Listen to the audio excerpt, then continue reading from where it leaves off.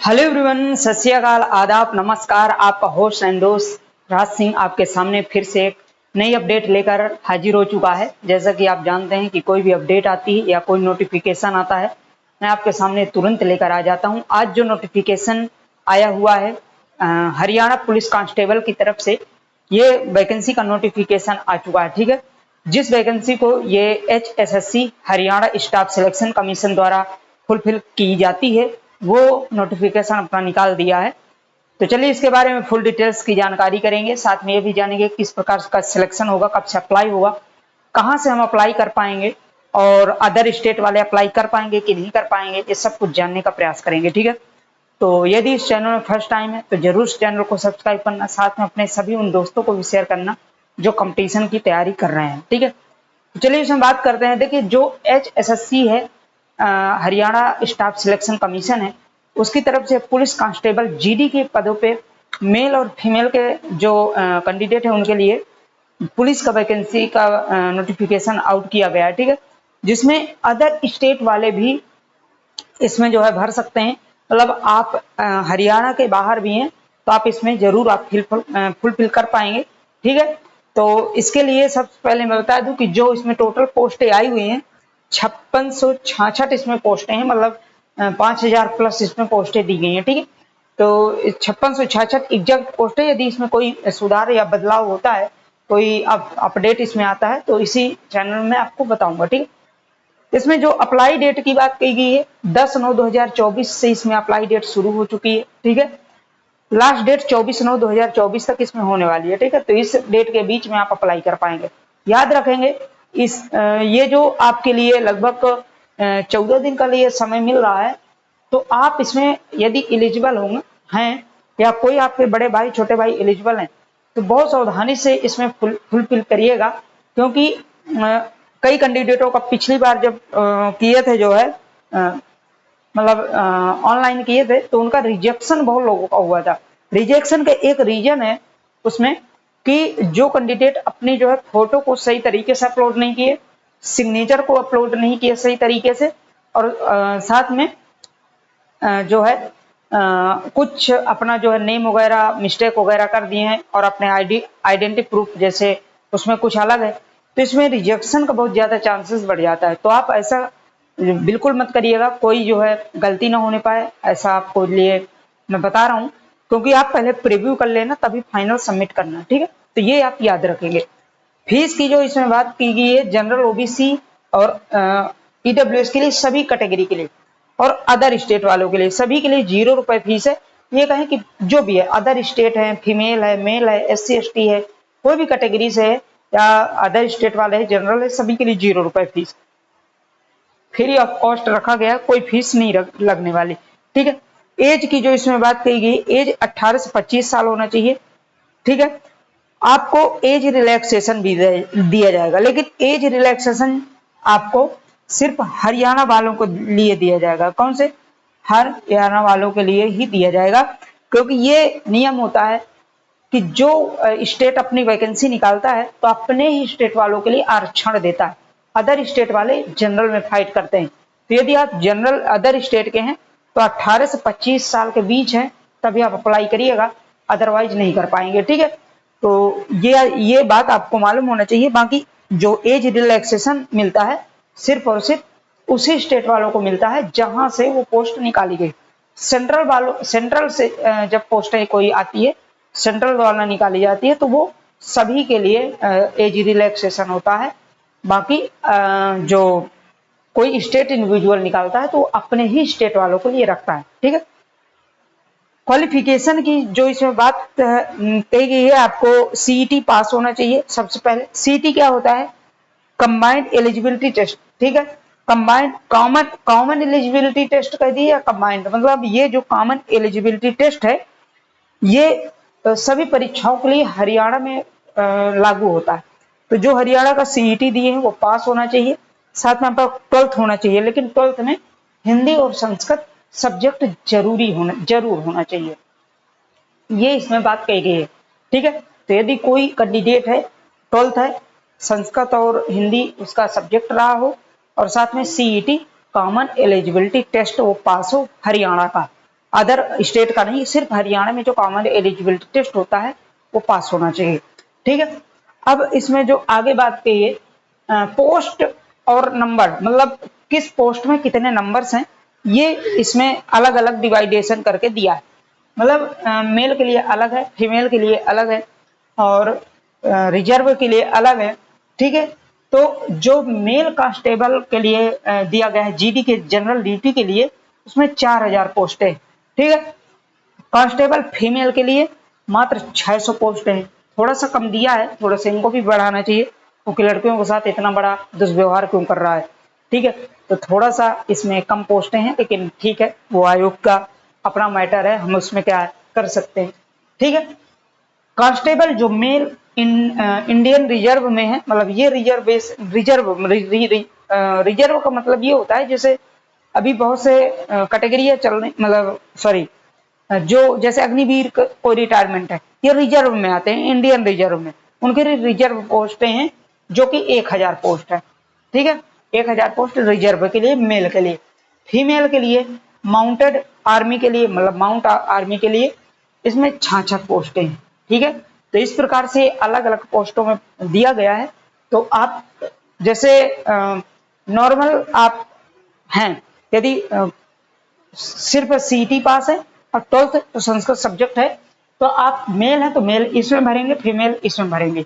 यदि आप अग्निवीर वगैरह हैं या कोई जो है रिजर्व के लिए आप कैटेगरी में रखे गए हैं, आपके लिए रिजर्वेशन है, तो आप इंडिया रिजर्व में इसमें अप्लाई करेंगे। ठीक है, बात अब जो सबसे इंपॉर्टेंट आ जाती है वो आती है सिलेक्शन प्रोसेस की, और इसमें जो सैलरी होने वाली है, क्या होने वाली है। ठीक है, तो इसमें सिलेक्शन आपका सबसे पहले फिजिकल होगा, क्या होगा, फिजिकल होगा, और इसके बाद आपका मतलब ये जो आपका OMR सीट बेस पे आपका एग्जाम होगा। ठीक है, तो OMR सीट पे आपका मतलब ऑफलाइन एग्जाम होगा, ऑनलाइन एग्जाम नहीं होगा। फिजिकल में इसमें जो मांगा गया है, मेल के लिए रनिंग 2.5 किलोमीटर 12 मिनट में दौड़ के दिखाना होगा, केवल पासिंग है इसमें। फीमेल के लिए 1 किलोमीटर 6 मिनट में आपको दौड़ के दिखाना है। ठीक, और हाइट वगैरह वैसे ही रखी जाती है, 170 हाइट रखी गई है मेल के लिए, फीमेल के लिए 158 सेंटीमीटर, SC कैटेगरी के लिए, केवल हरियाणा SC के लिए 165 सेंटीमीटर, और अदर मतलब जो SC हरियाणा की हैं फीमेल के लिए 150 सेंटीमीटर। ठीक है, इस प्रकार से इसमें जो है हाइट वगैरह रखी गई।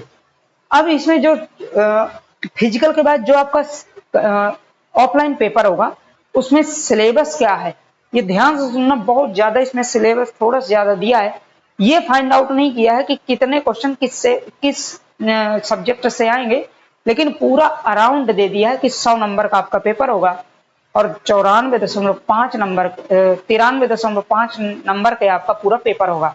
ठीक है, तो इसमें जो पेपर है, मतलब पहला जनरल साइंस आएगी, ये जीएस 2 बार है, तो ये जनरल साइंस है, और दूसरा जो है जनरल स्टडी है, तो जनरल साइंस आएगी, दूसरा जनरल स्टडी आएगा, तीसरा जो मेंटल एप्टीट्यूड आएगा, तीसरा जो करंट अफेयर्स है, एग्रीकल्चर है चौथा, पांचवा एनिमल हस्बेंड्री है, जो नेक्स्ट है कंप्यूटर है, जो और नेक्स्ट है रीजनिंग है और मैथ है। मतलब ये लगभग 1 2 3 4 5 6 7 8 9 सब्जेक्ट आएंगे, और टोटल आपका टोटल 100 क्वेश्चन होंगे। 100 क्वेश्चन 93.5 नंबर का होगा और 90 मिनट आपका समय मिलने वाला है। ठीक है, तो 100 क्वेश्चन 90 मिनट आपके लिए 1.5 घंटे के लिए समय मिलेगा। इस प्रकार से पूरा जो है दिया जाता है। इसमें यदि कोई डाउट हो तो आप जरूर आप पूछ लीजिएगा। मैं आपको फिर से बता रहा हूं, इसमें अभी क्लियर नहीं किया है कि किस पार्ट से कितने क्वेश्चन आएंगे, ये अभी मेंशन नहीं किया है। जैसे अभी अपडेट आएगी या कोई जो नोटिफिकेशन में अपडेट आती है, तो मैं इसके सिलेबस के लिए अपडेट आपके लिए शॉर्ट वीडियो में दे दूंगा कि इसमें कितने जो है सब्जेक्ट कितने कितने नंबर के आएंगे। ठीक है, तो ये आप मान के चलिए कितने विषय हैं, टोटल में से 100 नंबर का आएगा, ये आपको तैयार करना है। इसमें ये थोड़ा सा डाउट हो जाता है हम सभी में कि कितने क्वेश्चन किससे आ जाएं, इससे क्या 10 आ जाए, इससे रीजनिंग में हम पूरी रीजनिंग पढ़े 5 आ रहे हैं, इससे पता चला 50 क्वेश्चन आ रहे हैं, तो ये थोड़ा सा डाउट होता है। तो इसमें ये क्लियर करना चाहिए, लेकिन अभी क्लियर नहीं किया है, जैसे क्लियर कर देगा मैं आपको बताऊंगा, ठीक है। तो ये जो है आपका पूरा डिटेल्स रहा हरियाणा वैकेंसी का, और इसमें कोई यदि डाउट है आपको किसी भी पॉइंट में तो आप जरूर मुझे कमेंट करके पूछ सकते हैं, ठीक है। और बाकी अपने दोस्तों में, फ्रेंडों में जरूर शेयर करिए, ताकि उनको भी ये पता चल सके और साथ में वो भी फुलफिल कर पाए। और मुझे एक सूचना और देना है, मैं हमेशा एक बात कहता हूं कि जो कैंडिडेट किसी को जो है मतलब ये जैसे तैयारी करना है या कोई कंपटीशन की तैयारी करते हैं, तो बहुत से कैंडिडेट पूछते हैं कि बुक कौन सी लेना चाहिए, बुक कौन सी हमें प्रेफर करना चाहिए कि हमें जो कंपटीशन निकल जाए। तो देखो, बुकों के लिए मैं थोड़ा सा यहाँ बताना चाहूंगा, बुक आप कौन सा ले लो, ठीक है। थोड़ा सा मैं इसे डस्ट करूंगा, बाकी यहीं पे मैं आपको बता रहा हूँ, ठीक है। देखो, बुक के लिए मैं 2 बुकें आपको बताऊंगा, अच्छे अच्छे टीचर्स हैं। मैं किसी का प्रचार नहीं करूंगा, इसमें प्रचार करने की कोई बात नहीं है, सोचना भी नहीं, सिर्फ और सिर्फ आपके लिए बता रहा हूं। जीएस फर्स्ट सब्जेक्ट होता है, दूसरा होता है इंग्लिश, ठीक है। जो नेक्स्ट सब्जेक्ट होता है मैथ, और होता है रीजनिंग, ठीक है। इसमें जितने भी सब्जेक्ट हैं सभी के लिए मैं बुक बताऊं, तो यदि आप बहुत अभी बेसिक से तैयारी करना चाहते हैं, मतलब बेसिक आपका अभी कंप्लीट नहीं है, तो आप लूसेंट ले लो, ठीक है। लूसेंट अगर कंप्लीट हो गई है, ठीक है, लूसेंट अगर कंप्लीट है तो आप किरण की ले लो, किरण की, या आप जो है अंकित विथ रोजगार विथ अंकित सर का एक ऐप है, वहां से भी आप उनकी बुकें खरीद सकते हो, बहुत अच्छी बुकें हैं, ठीक है। बहुत अच्छी एक्सप्लेनेशन भी है उनका, जो डिटेल से दिया है, ठीक है। तो RWA जिसे आप बोलते हैं, रोजगार विद अंकित, या तो किरण की, ये याद रखना, किरण की, ठीक है। इंग्लिश की भी लूसेंट ले लो, और RWA की ये भी ले लो, और किरण की इसको प्रैक्टिस। किरण की 2 में आती है, एक डिस्क्रिप्टिव आती है, एक जो है ऑब्जेक्टिव आती है। तो डिस्क्रिप्टिव के लिए लूसेंट आप ले रहे हो तो मत लेना किरण की फिर, ठीक है, उससे सिर्फ ऑब्जेक्टिव लगाना, ठीक है। और यदि लूसेंट नहीं ले रहे हो तो डिस्क्रिप्टिव ऑब्जेक्टिव दोनों ले लेना किरण की।